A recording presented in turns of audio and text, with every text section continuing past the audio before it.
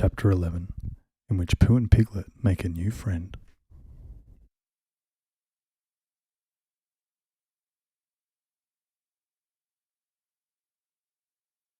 One day, Pooh and Piglet were walking quietly in the forest, when Pooh decided that they should play a game. "Oh yes," said Piglet. "What game should we play, Pooh?" "How about tic-tac-toe?" suggested Pooh. "How do you play that?" asked Piglet. "I'm not sure," said Pooh, and they walked a while longer in silence. "What about follow the leader?" suggested Piglet, "and you can be the leader." "What do I have to do?" asked Pooh. "Well, you have to walk," explained Piglet, "and I have to follow you." Pooh thought that sounded like a great game, and he stumped off ahead of Piglet just as he had been before, except this time he was the leader. And Piglet hurried along behind him just as before, except this time he was following the leader. And the two of them kept on walking together in the woods, only this time it was a game. First Pooh was leader, then Piglet was leader, and then it was Pooh's turn again. But just as they set off, their game was interrupted. "What was that?" asked Piglet. "What was what?" asked Pooh, turning around. "Pooh, was that you?" "Maybe," said Pooh, looking down at his tummy. "Why don't you check?" And so Piglet shuffled over and lifted up Pooh's little red top to rest his head against Pooh's stomach. "Is it me?" asked Pooh. "Well, if it was, it's not any more," said Piglet. Piglet pulled away. "Piglet, was that you?" asked Pooh. "It's coming from over there," cried Piglet. Sure enough, there was the creaking again, and it definitely wasn't Pooh. "This was a great start," explained Pooh, "since knowing what something isn't is almost like knowing what something is." Whatever it was, Pooh and Piglet decided they had a new leader, and they set off to find the source of the creaking.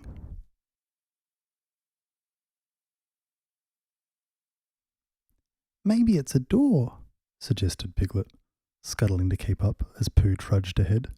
"A very old door with very rusty hinges." "Or a very hungry bear," worried Pooh, "with a very rumbly tummy." Pooh and Piglet hurried along, and as the creaking grew louder, it wasn't long before they came to a clearing at the top of a hill. The two friends cautiously made their way to the edge of the tree line and squat down behind a large log. Over the hill, at the bottom of the slope, Pooh and Piglet could see a pond, and in the pond they could see a blob.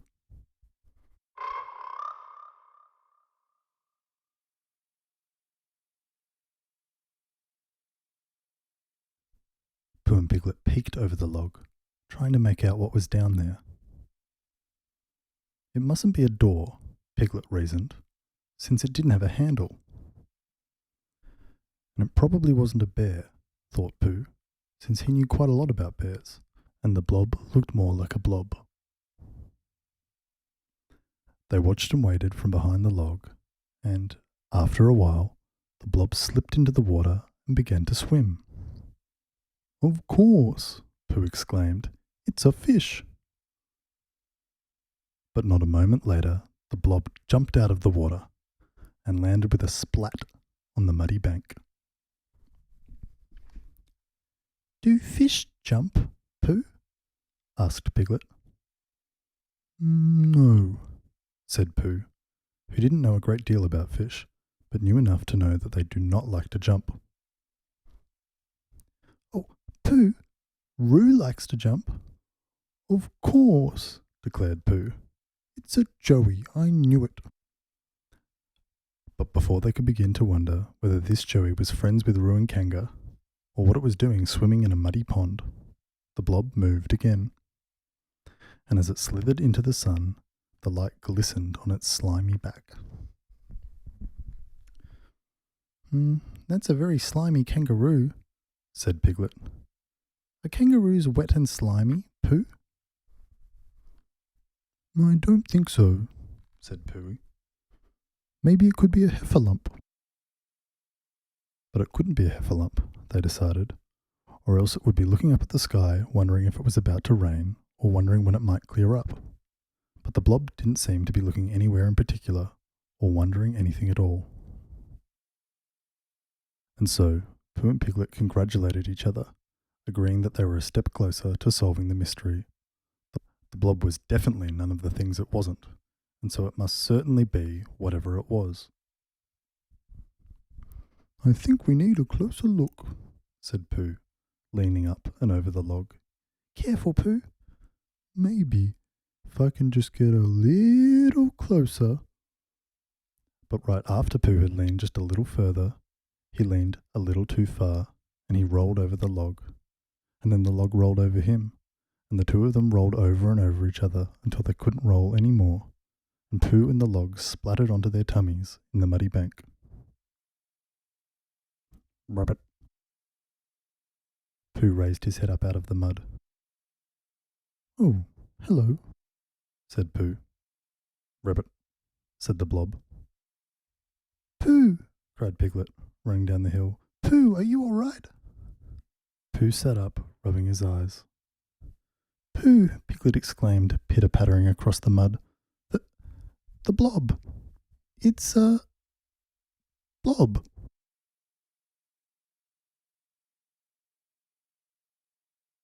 I'm not a blob, said the blob. You're not? Asked Pooh. Rabbit, huffed the blob. Well, you're not a fish, said Piglet. Or a bear, said Pooh. You're not a door, are you? Or a very slimy joey? Rabbit, said the blob. Well then, what are you? Asked Piglet. The blob leapt high in the air and dropped with a splat at Pooh's feet. I'm a frog, said Frog. Frog? Asked Piglet. Rabbit, said Frog.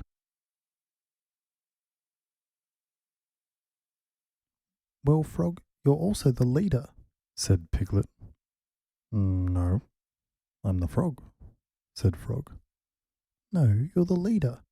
We were playing a game called Follow the Leader, and you were the leader. I don't know that game, said Frog. Piglet slumped to the ground. Fine, what games do you know then? I know a great game, said Frog. But I have no one to play it with. Oh, what a shame, sighed Pooh. Wait, Pooh, where's someone to play it with? Cried Piglet. Frog's eyes lit up as much as a frog's eyes can light up, and she exploded like a bag of marbles dropped at the top of the stairs, hipping and hopping all around the two of them. Boy, oh boy, oh boy, oh boy, oh yes, oh yes, oh yes, oh yes, she sung as she boinged around, finally settling down at Pooh's feet. The game, she announced, is called Leapfrog. Leapfrog, said Pooh. Like frog. That's right, said Frog. So if I play the game, is it called Leap Piglet? Asked Piglet. No, said Frog. How about Leap Pooh and Piglet? No, huffed Frog. How about Pooh and Piglet leap? No, no, no, no, no, boinged Frog. It's my game and I made it up, she declared. And it's time for us to play. Frog bounced in zigzags across the bank until she was lined up so that Piglet was behind Pooh and Frog was behind Piglet. Now everybody crouch down, ordered Frog, and Pooh and Piglet crouched down. Are we playing yet? Asked Piglet. Shush, said Frog. On your marks, get set. With a great leap, Frog shot herself into the air, soaring over Piglet, then over Pooh, and in an instant she landed with a splat at the front of the line. Now, Piglet, you leap over Pooh and me. Are you ready? But Piglet wasn't sure if he was ready, since he couldn't actually see Frog on account of Pooh Bear's big bare bottom rising up out of the mud like a great pyramid, eclipsing the sun and casting a great furry shadow on the little pig. Fucking hell, cried Piglet. Jesus Christ, Pooh, crouch down. But Winnie the Pooh was crouched as low as he could go. Sorry, Piglet. Sorry, Piglet. And so, with less of a leap and more of a clambering, Piglet climbed up Pooh's back onto his shoulders and leapt off over Frog, landing with a splat on the muddy bank. You did it, Piglet, Pooh cheered. Ribbit, said Frog. Now it's your turn, Pooh. Pooh stood up and was ready to leap, when suddenly it occurred to him that he was not sure if he had ever jumped by himself before. Do bears really like to jump? He wondered to himself. He didn't think so. Bears are rather like fish, he thought. They much prefer not to jump. Jump, Pooh, cried Piglet. I don't think I know how, said Pooh. Frog hopped over and up onto Pooh's shoulder. That's okay, she assured him. It's easy. Jumping is like stepping, she explained, only you don't come down right away. Then where do you go? Asked Pooh. Wherever you like, said Frog. I see. You can do it, Pooh, cheered Piglet. Ribbit, cheered Frog. And so, concentrating as hard as he could on the up part of the step and not the down part, Pooh took one stride, then two, then a third, and on his fourth stride he finally forgot to step down. Pooh soared over Piglet, then over Frog, then over who would have been in front of Frog, and then he thought that he might never remember to come back down. But of course, that thought reminded him to come back down, and so Pooh Bear came crashing down into the pond. He tumbled and bubbled and sputtered, and finally Pooh found that the water was at most waist deep, and his bottom was already on the bottom of the pond. Pooh sat up wearily, shaking a fish out from under his shirt, and raised his paw to wipe away the lily pads on his head. Oh, bother. Bears were rather unlike fish, he thought. They much prefer not to be in ponds. Pooh, cried Piglet. Pooh, you jumped. Ribbit, said Frog, congratulating Pooh. But Pooh wasn't feeling very accomplished. I don't think I like this game, Frog, he complained. My shirt is all wet. Frog swam over and sat on a lily pad next to Pooh. It's okay, she said. You can take your shirt off to dry it. Pooh huffed. Besides, you're not wearing any pants anyway, so what difference does it make? Pooh supposed she was right, and so he took off his shirt and wrung it out, and they all agreed that he actually looked less naked than when he was just wearing the shirt. Shall we keep playing? Asked Piglet. Pooh hesitated. Jumping was something for frogs, and maybe for kangas and for roos.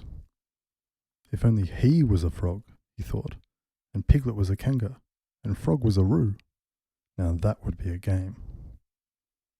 Yes, we shall. But I think we should show this game to Kanga and Roo, Pooh suggested. Oh, great idea, Pooh, agreed Piglet. But, said Pooh, sure of what he wasn't and sure of what he was, I won't be jumping. I'm a bear. And so, with less of a jump and more of a large step, Pooh passed over the two of them and crouched down in front of Frog. Hooray! Cried Piglet. Rabbit, cried Frog.